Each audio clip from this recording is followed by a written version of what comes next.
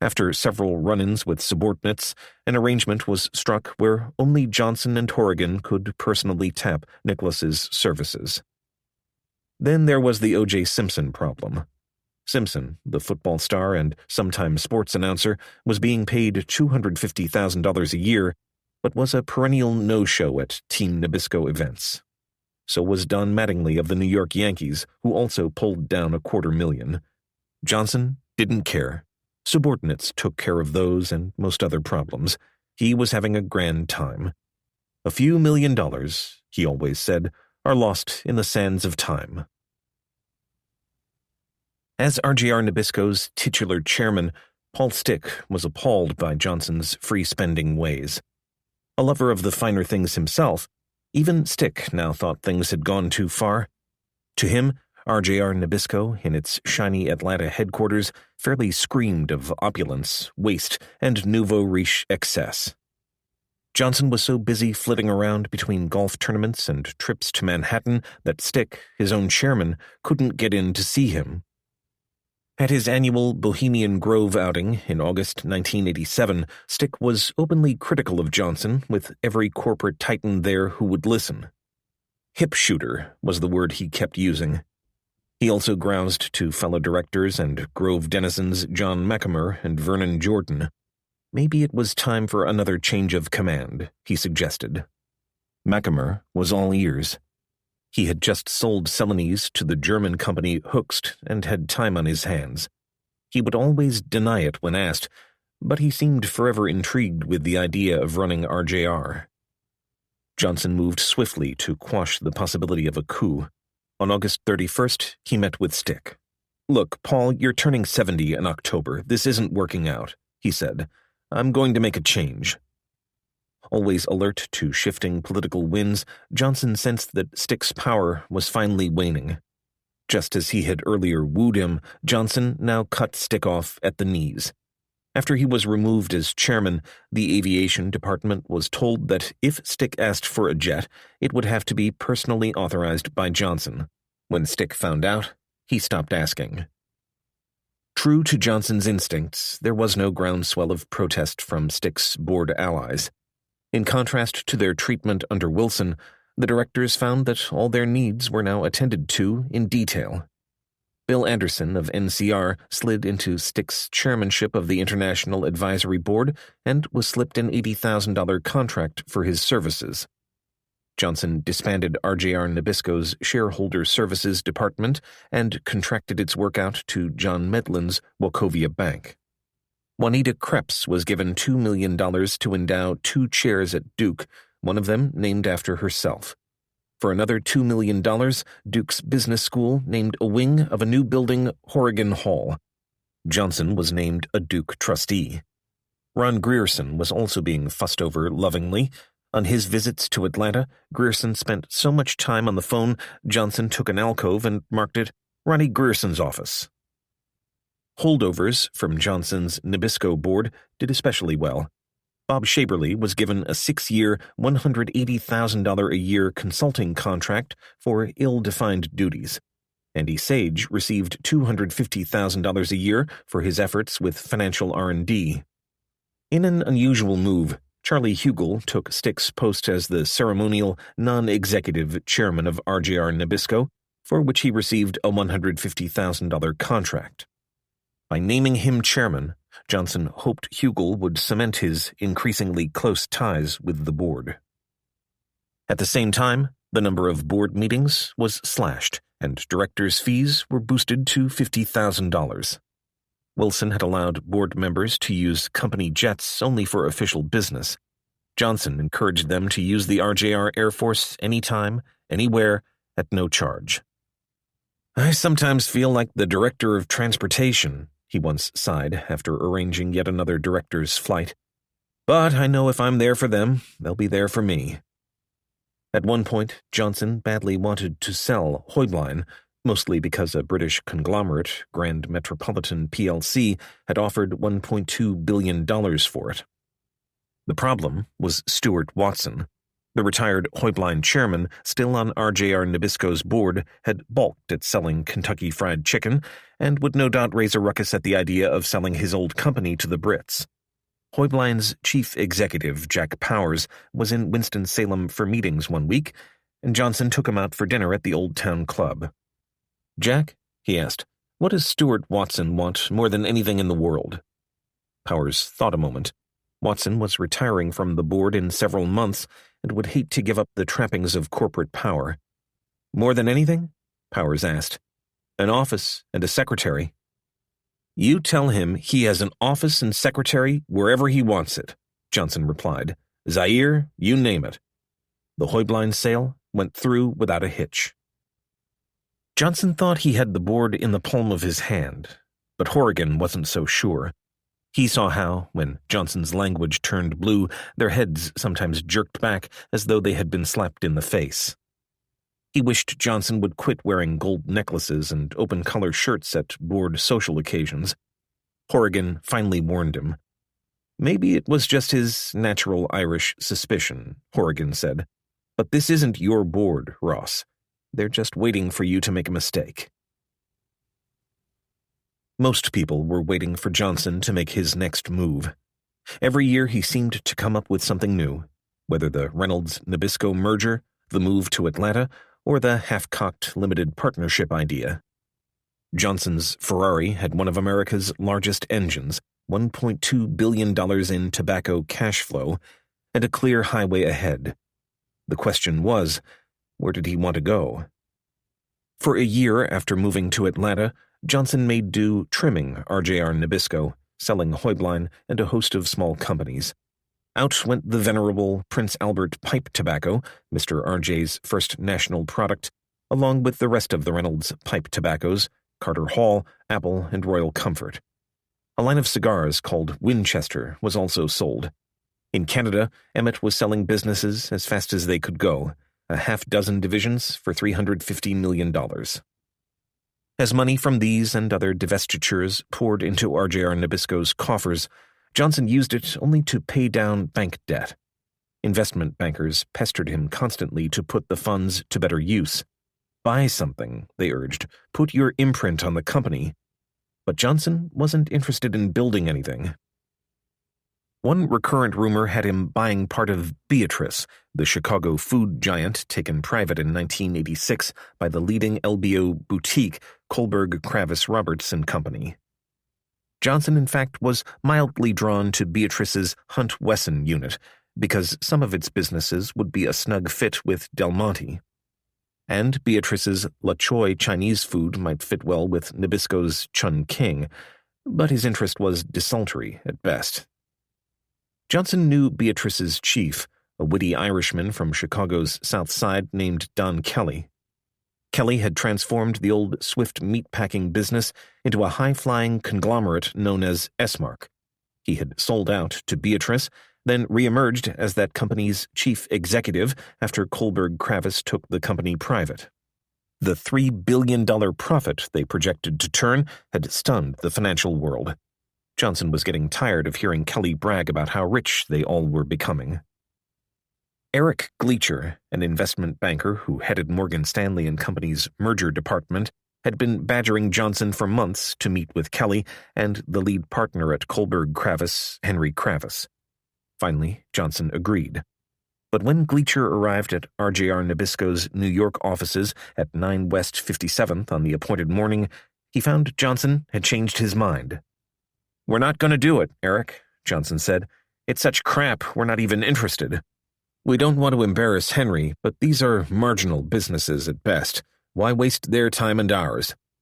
"Then why have you been going through the motions?" Gleacher wondered. Johnson said he was just trying to be polite to Kelly. "Anybody that buys this stuff from Kelly is going to be a real fool," he told Gleacher. "I'm not going to be Don Kelly's patsy." Then Ira Harris came into the picture. Harris was the dean of Chicago investment bankers and had known both Johnson and Kelly for years. A poor kid from the Bronx, Harris had risen through the ranks of stockbrokers to become one of America's premier deal-makers. He was rotund, always fighting a weight problem, and loved to play golf. For years, as Solomon Brothers' man in Chicago, he had played matchmaker to the Windy City's biggest companies.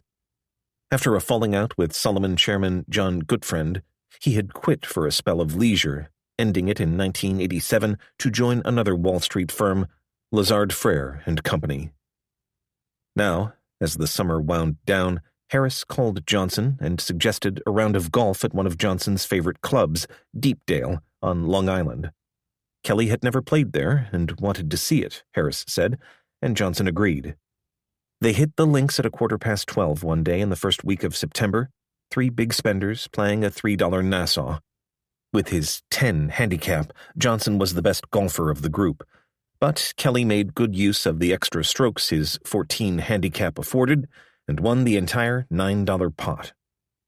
Afterward, they sat on the clubhouse terrace, downing a round of drinks, while Kelly talked about the incredible benefits of LBOs, especially one with Henry Kravis.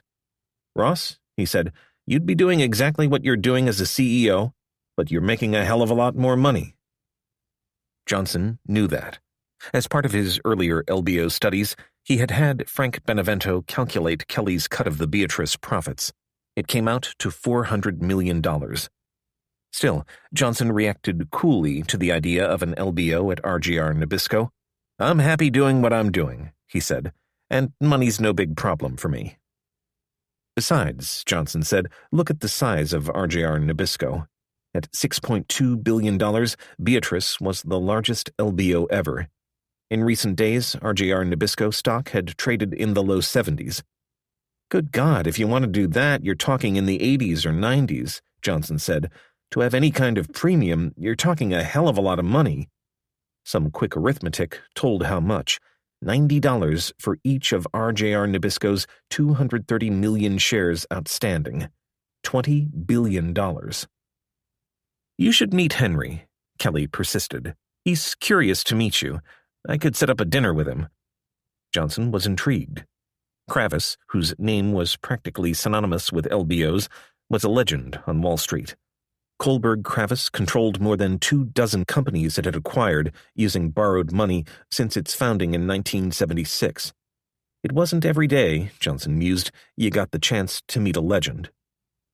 10 days later, Johnson arrived at Kravis's Park Avenue apartment, where he found Kelly waiting. Johnson stared goggle-eyed at Kravis's sumptuous quarters. He thought he spied a Renoir or a Monet on the wall. Hell, Johnson told himself, the guy could live well off the liquidation value of his living room. They dined in an alcove off the dining room, which was dominated by a massive John Singer Sargent portrait of the 6th Marquis of Londonderry. Kravis was a small, intense man with silvery hair, just 43.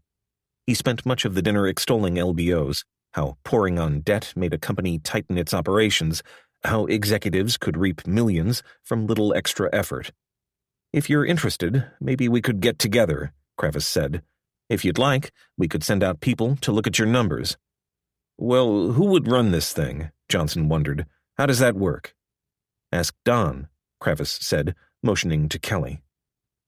As if on cue, Kelly rhapsodized about his wonderful, hands-off working relationship with Kohlberg Kravis, which, after all, owned majority control of Beatrice.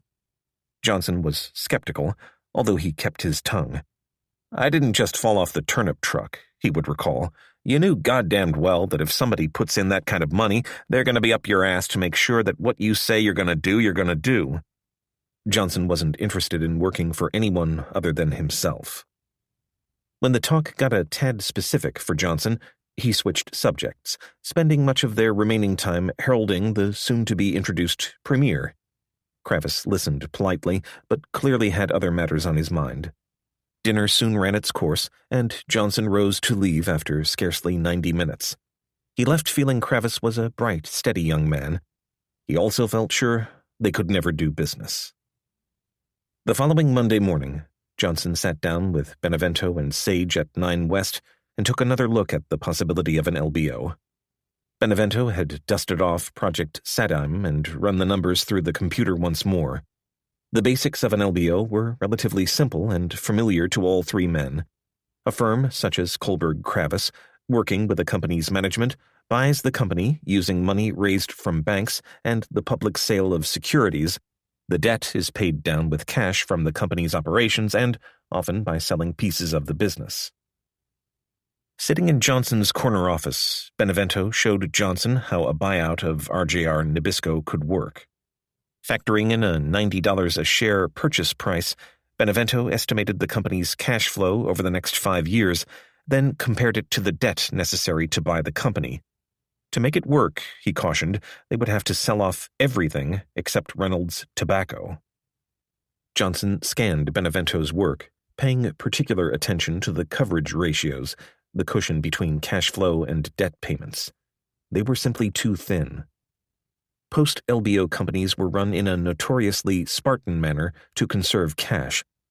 As much as he tried, Johnson simply couldn't drum up any enthusiasm for cutting costs, not to mention his precious perks. "I don't like it," he said. "There's just not enough cash coverage here for me to be comfortable. Christ, you can't run the company on this basis." The lure of personal wealth was strong, but Johnson couldn't see risking his already lush lifestyle just to get more. "I already consider myself a very lucky man," he said. "I started off with practically nothing. I have more money than I ever dreamed I would have, and I'll be drawing a $700,000 salary when I retire. Who needs the aggravation?" Sage agreed. Johnson turned to Benevento. "Frank, forget about the goddamned LBOs. You're chasing the wrong horse.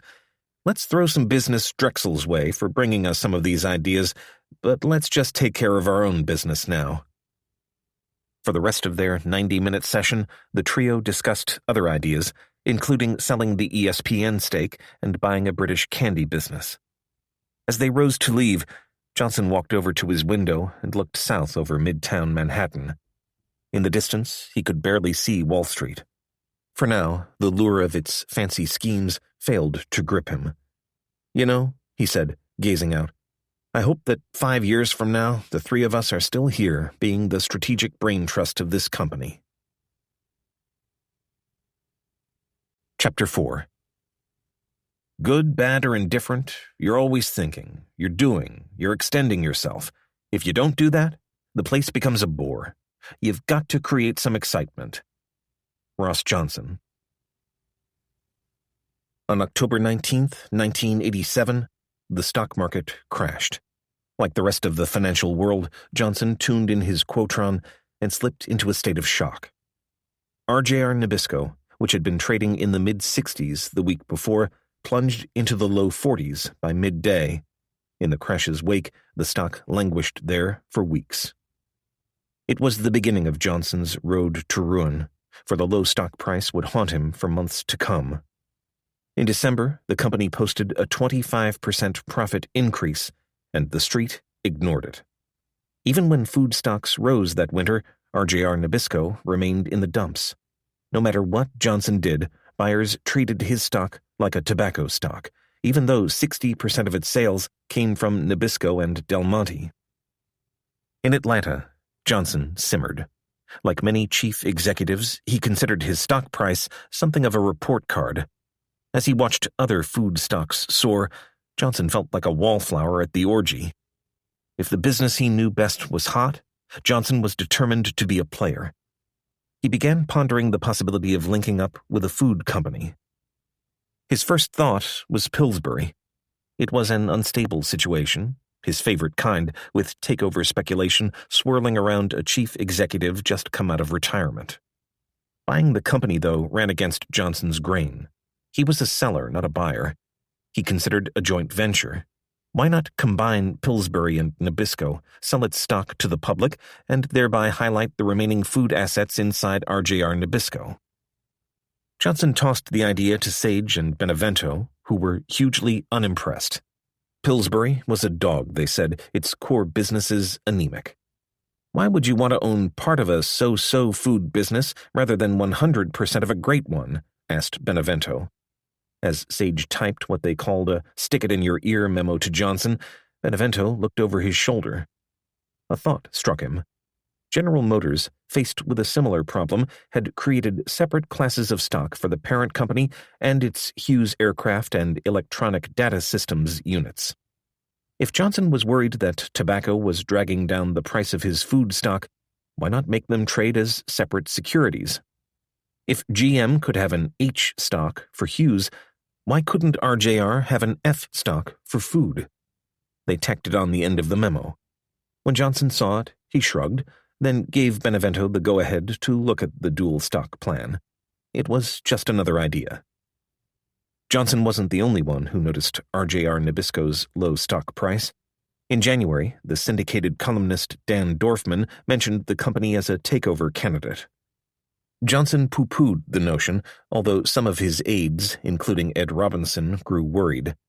Then, as February's board meeting broke up, Paul Stick approached Johnson. The two hadn't talked much since Stick's ouster 6 months earlier. "Ross, are you going to be down in Florida this weekend?" Stick asked. "Yeah," Johnson replied. "I've got to go down and do my dad's taxes. Are you going to have any spare time?" "Really, I'm not," Johnson said, eager to avoid any invitation from Stick. "I'm up to my tail." "Well, there's a very important shareholder, and you should get to know him," Stick said. "He's got some ideas, and he's going to be down in Lost Tree.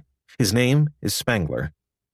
Johnson reluctantly agreed to meet Stick and his friend Spangler the following Saturday in Jupiter. Clemmy Dixon Spangler, Jr. was the president of the University of North Carolina.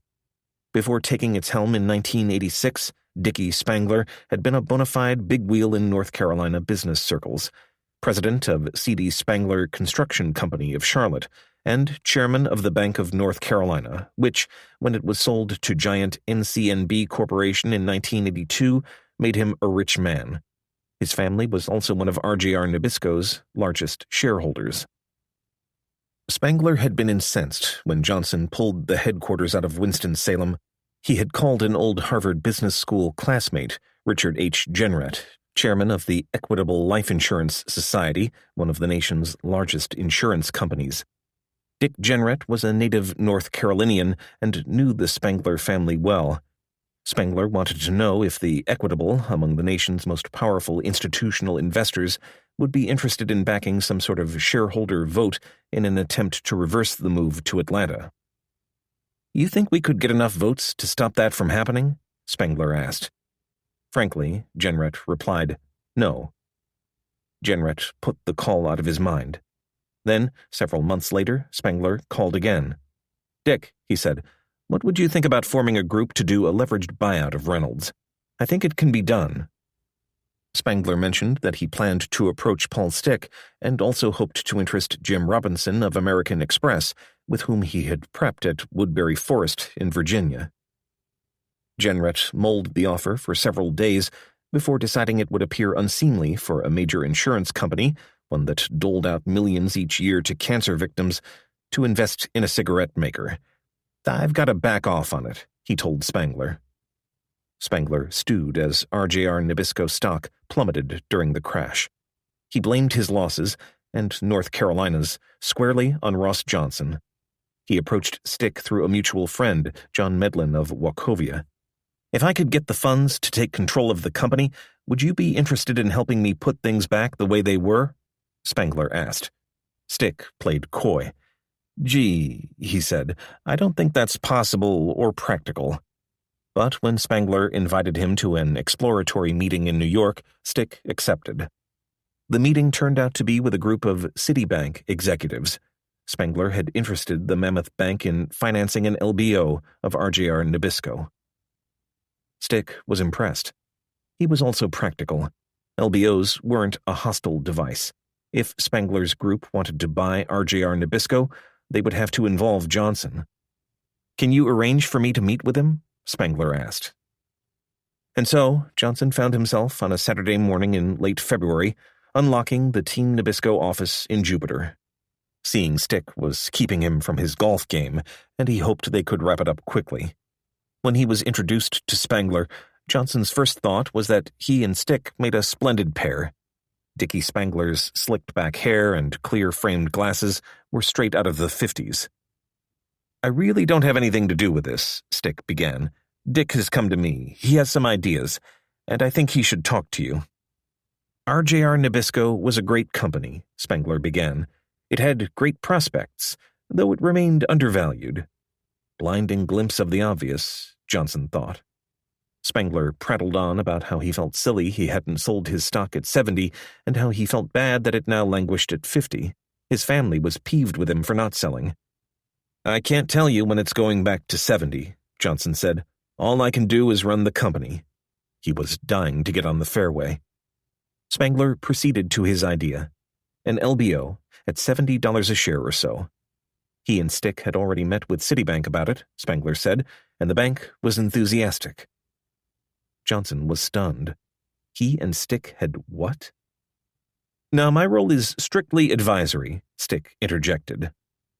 Johnson looked at Stick and thought, "Your role is strictly ambushing, you old dinosaur." But Johnson wasn't built for confrontation, and fighting with these two wasn't going to get him anywhere, so he smiled. $70 is okay by me, Paul." It was a vintage performance. Johnson would be the key, Spangler continued. He would own 15% of the company, with other managers owning another 10%. "Ross, I know a lot of wealthy people," Spangler said. "You could be a billionaire." Johnson left the meeting in a state of goddamn shock. What did Stick think he was doing? He might be an old fool, Johnson told himself, but as a former chairman, he was a dangerous old fool. His presence lent credibility to even a crazy proposal like Spangler's. Didn't Stick know Citibank's chairman, John Reed, was a director of Philip Morris? If this got out, it could be dynamite in a competitor's hands. Johnson dashed back to his condo and put out a flurry of calls. "Holy smokes," he told Andy Sage, who was in Jackson Hole. "I've been blindsided. Spangler wants to buy the company." He called Jim Robinson. "All I know is he's got a lot of money and he's very close with Dick Jenrette," Robinson told him. Johnson grew alarmed. He knew what kind of firepower the Equitable had. "Get the goddamn executive committee together," he told Harold Henderson later that day. Johnson was due at an international advisory board meeting in Palm Springs Monday. "I've got to talk with them as soon as I get back," he said. Johnson and his directors caucused Tuesday. They agreed that a conversation with Citibank was called for, if only to see how far Spangler had progressed. Johnson called John Reed and arranged a meeting. Reed confirmed that the matter had come up and suggested the bank was willing to pursue it further. "The bank is here to serve," he told Johnson. The following week, Johnson picked up Spangler in North Carolina and flew to New York. En route, Spangler showed him a computer printout of various financial projections. It assumed that the company could be held intact, that the necessary savings could come from slashing capital expenditures. Johnson wasn't impressed. Amateur hour, he thought. For Johnson, the meeting at Citibank proved to be a huge relief. The bank thought an LBO could be done at $65 a share, with Johnson taking a 10% cut. It was clear they hadn't done much work. Johnson was openly cool toward the idea. On the flight back, Spangler was apologetic. The matter, it was clear, would be dropped. Johnson returned to Atlanta, dashed off thanks but no thanks letters to Citibank and Spangler, and sat down with Henderson to figure out what to do about Stick. He simply couldn't be allowed to keep meddling in RJR Nabisco affairs. The next day, Henderson flew to Winston-Salem and read Stick the Riot Act. There were only 2 board meetings before he was scheduled to retire in May. Stick attended neither, much to Johnson's satisfaction. "We shipped him his silver tray, wrote all the right things, and that was that," recalled Johnson, certain he had seen the last of Paul Stick. After the Spangler affair, Johnson redoubled his efforts to boost his sagging stock price. At the March board meeting, he gave directors 2 options: buy Hunt Wesson, which would further emphasize the company's tilt toward food, or buy back more stock. Having fewer shares outstanding should buoy the price of the stock. The directors, none of whom shared Johnson's growing concern about the stock price, chose the latter. Johnson had the buyback supervised by Ira Harris's firm, Lazard Frere. In late March, RJR Nabisco announced it would purchase up to 20 million of its shares at prices between $52 and $58 a share. A month later, it bought even more, 21 million shares at $53.50 each. RJR Nabisco, which had traded around $52 a share in anticipation of the buyback, immediately fell back into the mid-40s. Johnson had spent more than $1.1 billion buying stock, and its price was lower than ever. By the spring of 1988, Wall Street still hadn't recovered from October's stock market crash. Individual investors had fled the market in droves. Trading volume dropped. As demand flagged, corporate America lost interest in floating new stock offerings. With all its other businesses wallowing, Wall Street turned to its one guaranteed source of income: takeovers.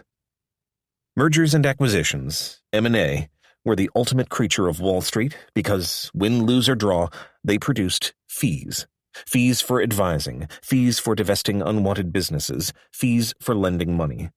Just as they had fueled the street's mushrooming growth throughout the 1980s, takeover fees would again prop up the securities industry's profits that spring.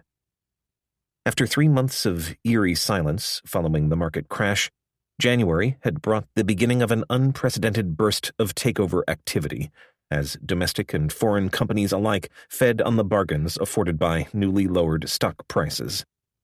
More than a dozen major takeover contests ensued, peaking with the $6 billion fight for control of Paul Stick's old company, Cincinnati-based Federated Department Stores. More takeovers were attempted during the first half of 1988 than in all of 1985, itself a very good year. Wall Street, in short, became addicted to deals, and the offices of RJR soon became the deal junkies' newest shooting gallery. At the crest of the takeover wave that spring was the merger department at Shearson Lehman Hutton, the fast-growing brokerage unit of financial giant American Express. With its acquisition of E.F. Hutton that winter, Shearson was poised to challenge Merrill Lynch as the preeminent Wall Street brokerage. Its merger department was headed by a pair of veteran deal-makers who, after a decade operating in the shadow of better-known colleagues, were now eager to make names for themselves. Steve Waters was a nut for organization, an ex-Vietnam helicopter pilot who still had an air of the military. He thought of Shearson's M&A group as the Marines, fast and hard-hitting. Yet his edges were appealingly soft. Waters wasn't ashamed to be a bit square. He and his wife taught Sunday school classes at their Presbyterian church in Connecticut. If he wasn't the consummate takeover tactician, Waters's easygoing manner, forthright attitude, and sincerity, a rarity among his ilk, made him a favorite of Johnson, whom he had known since Standard Brands. J. Tumilson Hill III, Harvard College, Harvard Business School, was the warrior of the pair, a zealot for the Wall Street trenches. To enemies, and he had a few, Tom Hill came across as an oiled-back Gordon Gekko haircut atop 5 feet 10 inches of icy Protestant reserve. Hill was well-tailored and proud of it, the best-dressed man on Wall Street, a competitor called him, and Hill wore his dark Paul Stewart suits like armor. His office was all cool modern art and lucite-encased tombstones commemorating past victories. Hill could be charming, but rarely glib. Sometimes it seemed as if he chose every word from a dictionary. Around Shearson, he wasn't popular. "Found a single person who likes the guy?" more than one colleague asked. A longtime coworker described Hill as the ultimate heretic. You can't believe he's devout about anything. He's like a jungle fighter, capable of being a really nasty guy. To colleagues, Waters and Hill made an unlikely pair. That spring, Hill's tactical skills were in demand as never before. He helped call the shots in the defense of Federated and engineered a raft of Shearson-backed hostile offers, including a Black & Decker bid for the big toilet seat maker American Standard. But as Hill's prestige rose, later that year he would be profiled in USA Today, Waters found himself embroiled in a nasty internal battle to gain better bonuses for their troops.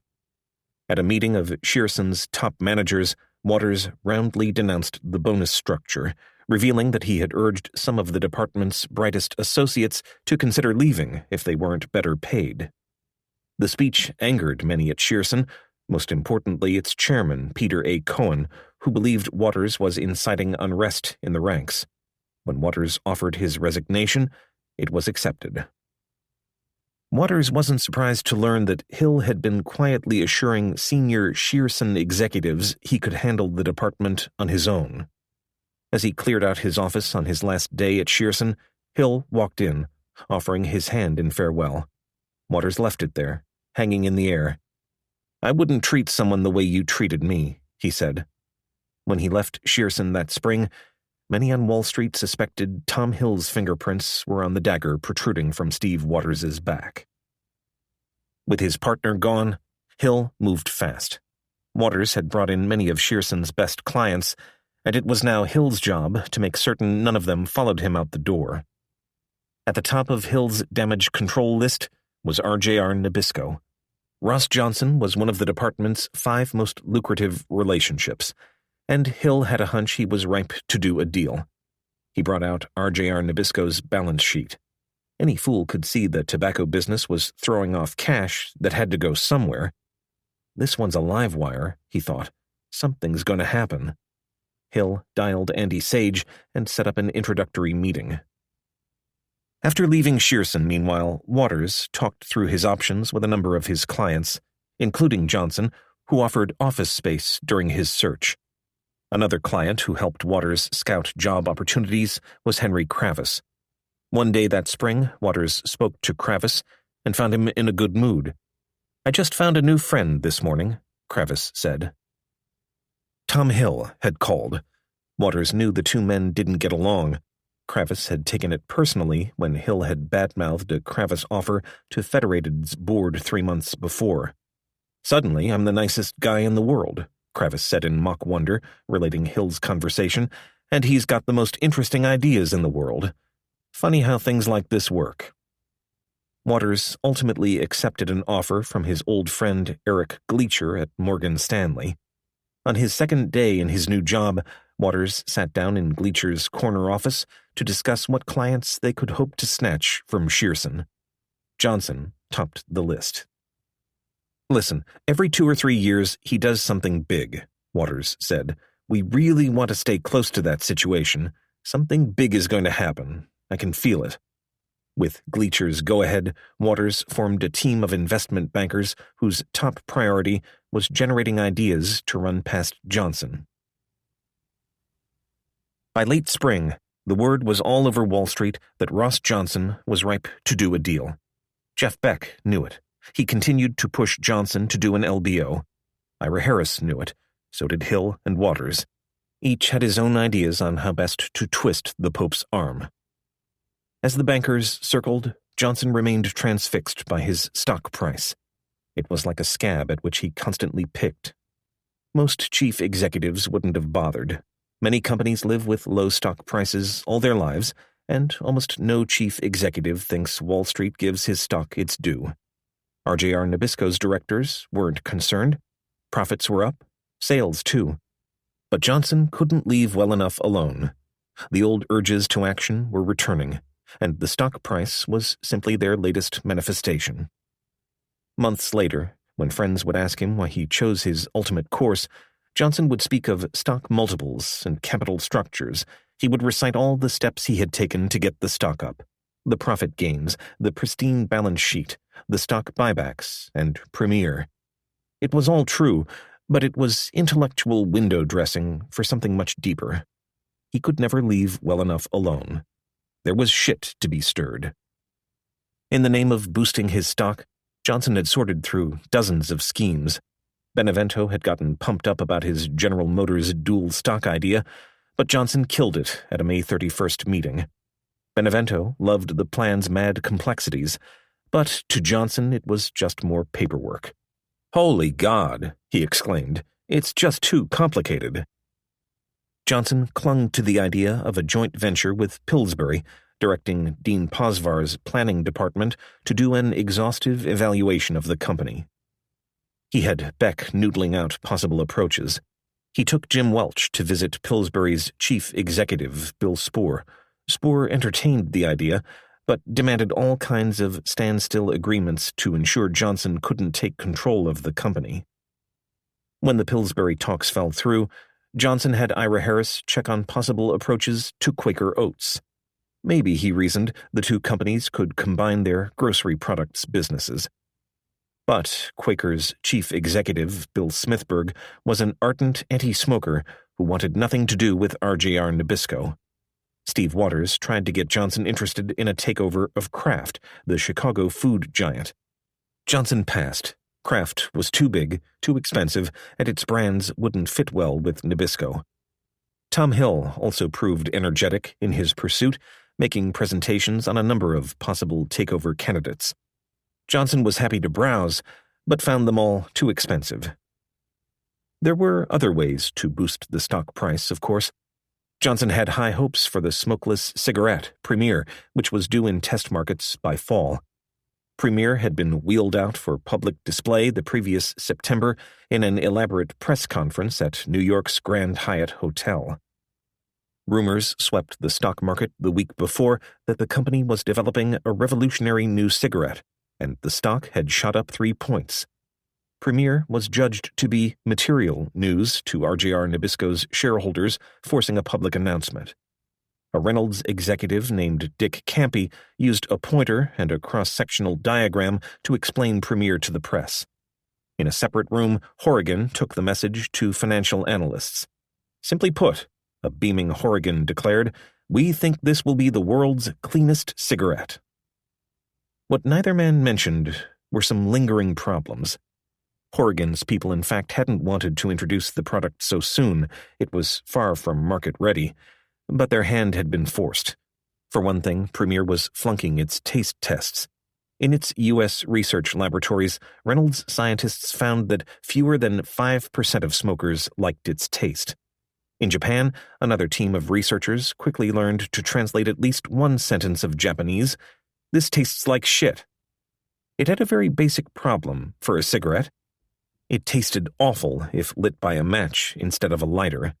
The sulfur in a match reacted badly with Premier's carbon tip. It also made it smell awful, like a fart, as Johnson delicately put it. If all that weren't bad enough, the cigarette was hard to draw on, darned hard. Inside the company, they called it the hernia effect. Privately, line executives knew they needed years to iron out the glitches. Even in limited production, Premier's carbon tips had a habit of falling off. Internal projections determined that Premier couldn't be ready for test markets before 1991, 1990 at the outside. Yet Horrigan had promised the world it would be out in 1988. But then the company's top executives had refused to listen to reason for some time.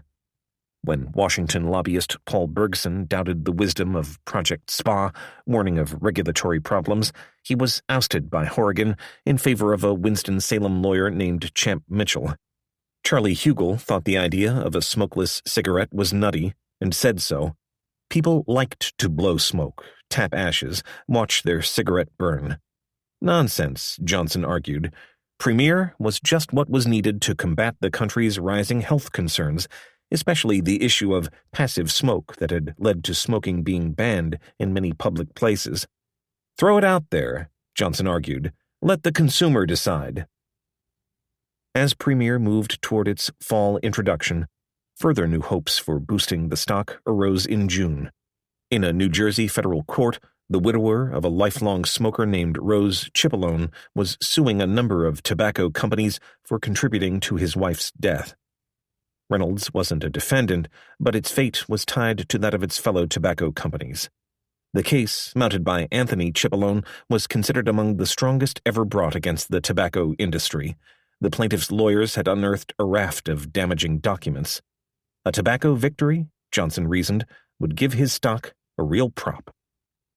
When the jury finally delivered a verdict, it broke tobacco's unbeaten streak, but just barely, clearing the industry of conspiracy and awarding only $400,000 in damages.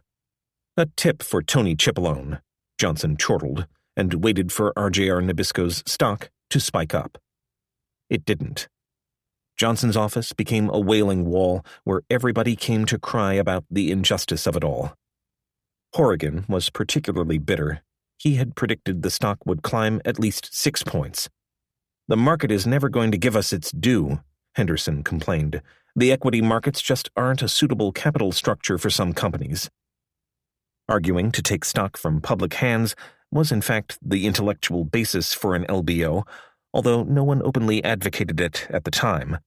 Horrigan thought Johnson would never go private. "The problem with the company going private," he said to himself, "is that nobody would pay any attention to him."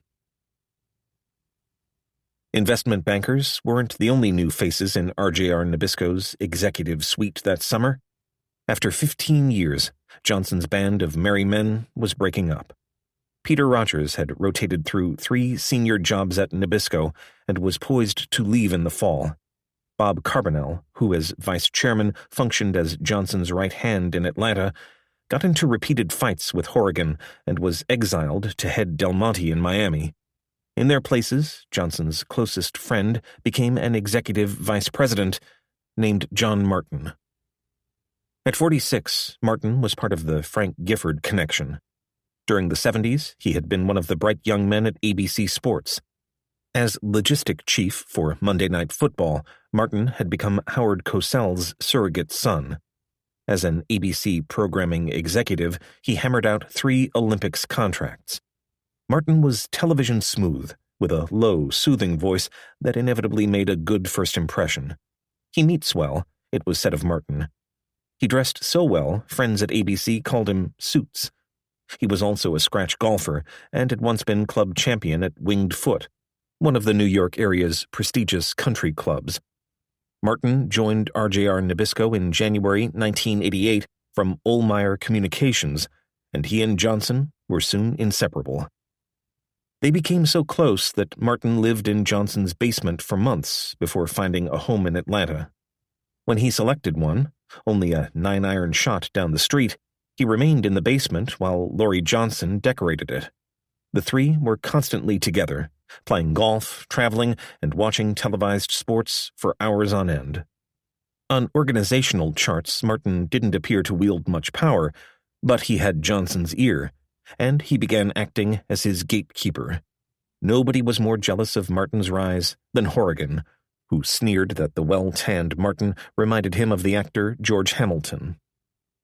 Some chuckled that the well-connected Martin was Johnson's pimp for celebrities. He did bring in new faces. One was Martin's longtime friend, baseball commissioner Peter Ueberroth. Martin was also a friend of boxer Mike Tyson's manager Jimmy Jacobs and handled the champ's endorsements in his spare time. It was only a sidelight, but it gave Johnson entree to the fight game.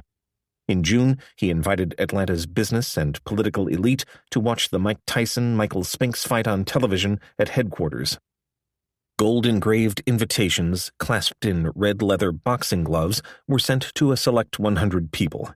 As guests arrived at the top floor, they were greeted by white-gloved waiters offering Dom Perignon. Sometimes Martin was a bit careless in making introductions.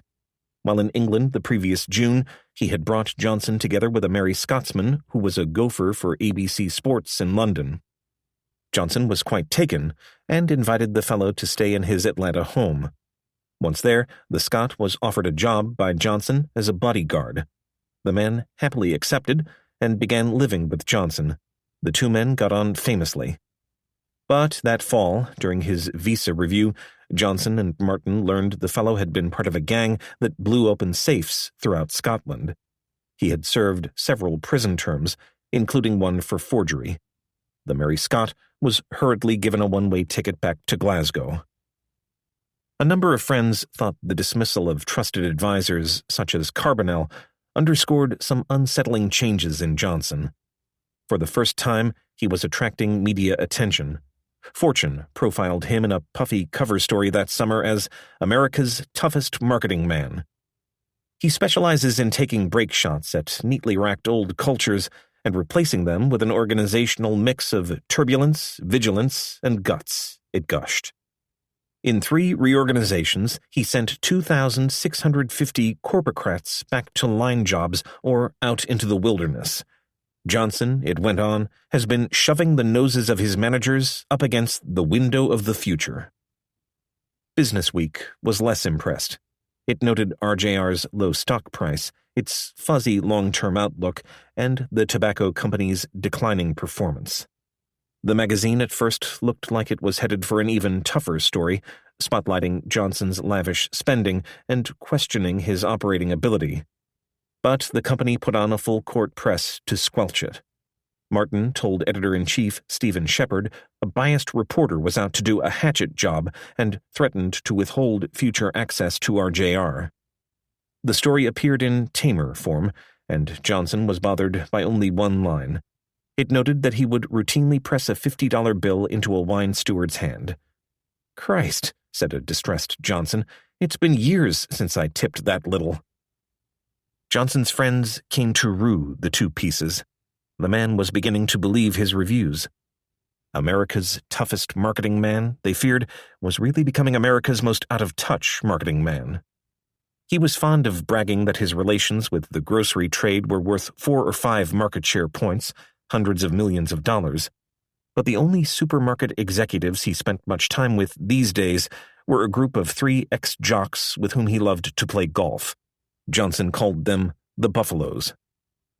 At the same time, the man who had made a science of stroking directors was growingly cavalier about his board meetings. They were fewer and farther between. Only one would be held between May and October 1988, and were increasingly sloppy affairs. Staffers would arduously put together slide presentations on the financials, only to see Johnson scrap them. "Screw the slides," he would say. "We'll tell them the numbers are good." Scrapped, too, was Johnson's habit of rehearsing for the meetings. As he had at Standard Brands and Nabisco, Johnson seemed to be losing interest in operating the company. More and more, he concentrated on only 2 things, having fun and goosing the stock. A new catchphrase replaced the old BGO on Johnson's lips. He took to saying, "Fuck it." In July, Ed Robinson and Harold Henderson, worried that the company's continuing low stock price made it vulnerable to a takeover, got permission from Johnson to approach Shearson Lehman about shoring up its takeover defenses. They wanted a top-drawer study, an array of plans that could be erected at the first sign of a hostile raider. Johnson considered a takeover unlikely, but Henderson insisted they be prepared for the worst. Shearson was the logical choice to do the study. Johnson was on the American Express board, and he knew both the Shearson chief, Peter Cohen, and the American Express chief, Jim Robinson. "Let's go to Shearson with every study and piece of crap we've got, have them look at all the scenarios, and see what they have to say," Johnson said. "If somebody wants to buy us, what would they buy us for, and what would we do?" American Express's July board meeting was breaking up when Johnson first approached Cohen with the plan. "Andy Sage is going to be giving you a call," he said. "He wants to have a very private conversation with you about the company." In late July, Andy Sage and several Johnson aides met with Cohen in his lower Manhattan office overlooking the Hudson River. They wanted all options explored, a wide variety of recapitalization plans as well as partial and full buyout proposals. Sage insisted on strictest secrecy. The mere hint of the project's existence, he knew, could prove a self-fulfilling prophecy. Word a company was worried about a takeover invited speculation, which inevitably drew speculators.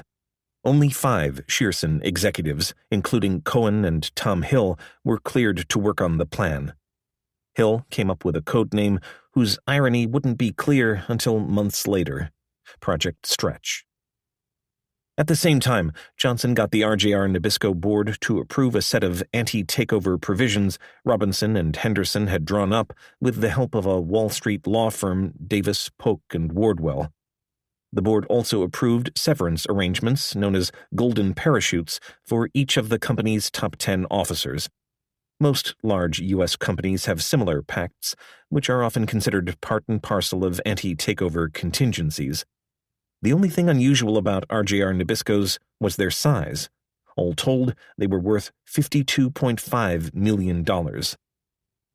One thing puzzled staffers in the company's Treasury Department. At Johnson's direction, money for the parachutes was placed in protective trusts known as rabbi trusts. Under the trust's terms, if RJR Nabisco changed hands, The new owner couldn't touch these funds. To the Treasury staffers, it almost looked like Johnson was preparing for something. As they searched for solutions to Johnson's concerns about the stock, everyone who analyzed the problem mentioned the possibility of a leveraged buyout. It was a standard solution to any company whose stock drooped. An LBO, of course, wasn't so much a solution to the problem as an end to it. Going private simply took the stock out of the public's hands. Every investment banker urged Johnson to consider it. Soon, LBO ideas were arriving, uninvited, over the transom. Dillon Reed proposed a partial LBO it called Project Terra. Johnson's old Standard Brands sidekick, Ruben Gudoff, suggested a scenario his consulting firm called Project Rio. The subject even came up one night when Johnson was sitting with neighbors around a pool. "Gee," one said, "why don't you take your company private?" To each, Johnson replied he wasn't interested. "No way," he told a gathering of lieutenants in July. "Why would I want to do something like that? I've got a great life. I've got a great company, just the way it is." But at least one of the men at lunch that day thought Johnson's denial rang hollow. Peter Rogers had known the Pope too long. When Johnson thought an idea dumb, he would dismiss it with a withering one-liner. Rogers, walking out with John Grinnis after lunch, said, "Methinks the lady doth protest too much." For the time being, though, Johnson seemed curious about every possible scheme but an LBO. His grandest occurred to him in July. For months, he had been trying to interest Philip Morris in combining the two companies' international businesses into a joint venture. Philip Morris had expressed interest in acquiring RJR Nabisco, but Johnson suggested a joint venture instead. Horrigan, of course, hated the idea. Consort with the enemy? Run up the white flag? But, at Johnson's urging, he had met with his opposite number at Philip Morris. After months of on-again, off-again talks, Johnson had scrapped the idea. Even if they came to terms, he suspected that foreign governments would object to the merger on antitrust grounds. Now, in late July, Johnson called Philip Morris's chief executive, Hamish Maxwell, with a new idea. Unlike their predecessors, the two men got along well. Johnson, it seemed, could get along with anyone. They met for dinner at RJR Nabisco's suite at the Regency Hotel in New York. In deference to his host, Maxwell smoked a Winston while listening closely as Johnson laid out his plan. "Let's face it," Johnson said, "diversification isn't working for us, and it isn't working for Philip Morris. We still both trade as tobacco stocks." It was only half true. In their core tobacco businesses, Maxwell was running the Queen Mary and Johnson the African Queen. Philip Morris's lead brand, Marlboro, had an ever-widening lead over Reynolds's brands, fatter profit margins, and cash flow that dwarfed RJR Nabisco's. Institutional investors, the big pension and mutual funds who could make or break stocks, typically chose just one tobacco stock for their portfolios, and more often than not, it was Philip Morris.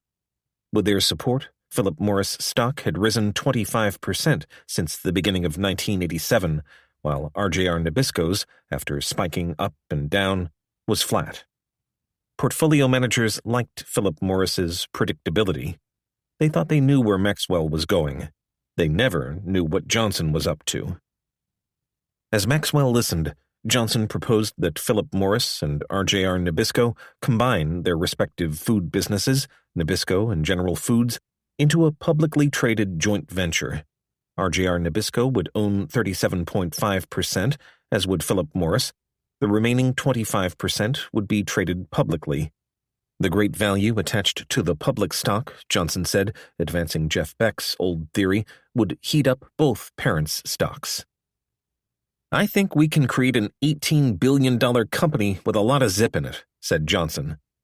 Then he laid down the capper. "And I'll run it for you."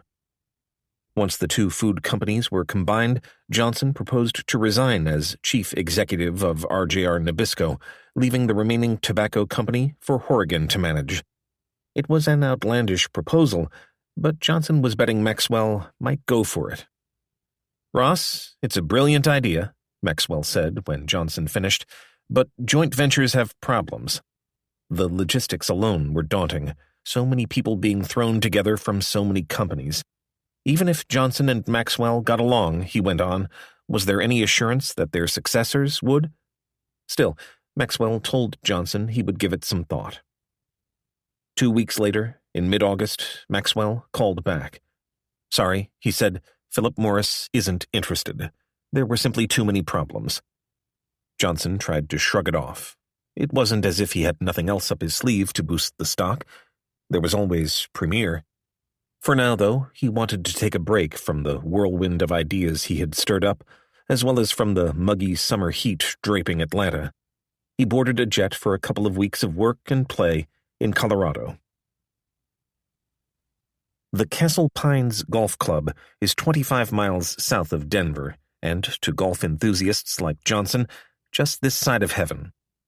It is a beautiful setting for a golf course, a natural valley framed by Castle Rock, Pikes Peak, and the snow-capped Rockies. Its fairways twist through verdant mountain meadows crowned with ponderosa pine. Ranked one of the country's 30 top courses, Castle Pines was designed by Jack Nicklaus, and the Golden Bear made the 9th hole among his toughest, a 458-yard par 4, a tough driving hole with water on the right, trouble left, and a blind uphill second shot to a mean green. Back in the pines off the left side of the fairway is a cluster of 3-story villas. RJR Nabisco owned one as a corporate retreat, and it was there, on the weekend of August 21st, that Johnson threw one of the most memorable parties of his career. That weekend, Castle Pines played host to a professional golf tournament, the International, and Johnson had invited a pack of his best pals to help him enjoy it. Peter Ueberroth and Roger Penske were there, as was Roone Arledge, up from the Republican convention in New Orleans. Jack Myers, the retired publisher of Time magazine, showed up, as well as Johnson's 3 Buffaloes, including Floyd Hall, president of the Grand Union supermarket chain. Charlie Hugel and Ira Harris also arrived, as did Martin Emmett. It was the kind of weekend Johnson lived for. He could play golf in the morning, watch the pros in the afternoon, and enjoy world-class schmoozing at night. The RJR Air Force stood by, if needed, whisking Harris off to a Chicago wedding at one point. Saturday night, a pair of Team Nabisco pros, Fuzzy Zeller and Raymond Floyd, joined the group for dinner, as did Ben Crenshaw, who was in the thick of contention in the International. That evening, Johnson had an after-dinner surprise for his guests at the villa. Had they heard about Reynolds's new smokeless cigarette? He asked. Most had. Ed Horrigan rolled out a videotape that showed how Premier worked. After an hour of explaining its science, Johnson broke out packs of Premier and passed them around. Tell us what you think of everything, Johnson invited. The taste, the packs, the marketing, the pitfalls. He had kept the affair casual, but Johnson was eager to hear what his VIP friends had to say about Premier. He and Horrigan watched intently as Ueberroth and the others began inspecting the cigarettes closely, eyeing the little holes in its carbon tip, feeling how its hard casing compared with that of a normal cigarette. Slowly, they began lighting up. The odor was unmistakable and unpleasant. Smells like burning lettuce, someone cracked. Boy, this is hard to draw on, said someone else. They take some getting used to, Johnson conceded. We're saying in the ads to try them for a week, he said. I don't know if I could get through a pack, someone said. Looking for something positive to say, Penske praised the technology. Arledge wondered who the spokesperson would be on television news shows. Premier was bound to create a splash when introduced. Johnson admitted he hadn't given the matter much thought. You'd better, Ueberroth interjected. The media is going to be very interested in this and will be asking tough questions, like, if this is a safer cigarette, aren't you admitting that your others are unsafe? That's a problem, Johnson admitted. It is a safer cigarette, but you can't really say it. As the session stretched on, Johnson could tell Premier had bigger problems than he had feared. No one liked the taste.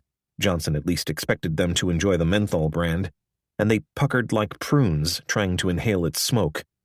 He and Horrigan had remained optimistic through all the poor test results.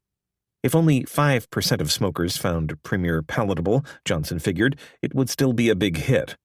He simply couldn't believe it wouldn't do great things. But as he listened to Uberoth, Arledge, and the others, Johnson realized that his own staff's conservative projections were accurate. Premier would need years rather than months before it could be considered a success. Any chance of an overnight hit evaporated in the pithy comments of his high-profile friends, and with it, Johnson's last best hope for revving up his stock. The International ended the next day, and the RJR Air Force spirited Johnson's friends to all points of the compass. Johnson stayed on to play golf, but scheduled a meeting of senior aides the following Monday to discuss the Premier situation. Horrigan, Henderson, and Martin all came, as did a bevy of tobacco strategists and outsiders, including Stanley Katz, head of a Reynolds ad agency, FCB Labor Katz, and Herb Schmertz, Mobil Oil's ex-public relations chief. Rather than address the key problems of taste and smell, the group tackled the issue of how to package Premier for the press. Who, for instance, would be their primary spokesman? Horrigan favored Johnson. Others demurred. He may have been chief executive of America's second-largest cigarette company, but Johnson was no cigarette expert, and he was apt to say whatever popped into his head. "Christ," he liked to say, "you get more carbon monoxide from a New York bus going by you than from a cigarette." The consensus selection was Dick Campy, who was heading the Premier development team. Horrigan and Martin got into an argument about the best way to prep Campy for his appearance on Nightline. The meeting ended by mid-afternoon, and all but Horrigan and Henderson left. The next morning, Johnson and Horrigan sprawled in easy chairs in one of the villa's living rooms. Their tea time was at 10 o'clock. Henderson was already out taking practice swings. "Ed, I've got to tell you what I think," Johnson said, returning to the problem of Premier. "We may have the PR squared away now, but I think this is going to be one long haul. We're going to stay with it. We're going to hold its hand. But I have a feeling those test markets are going to give us trouble." What really bothered him, Johnson went on, wasn't Premier's progress so much as its inability to move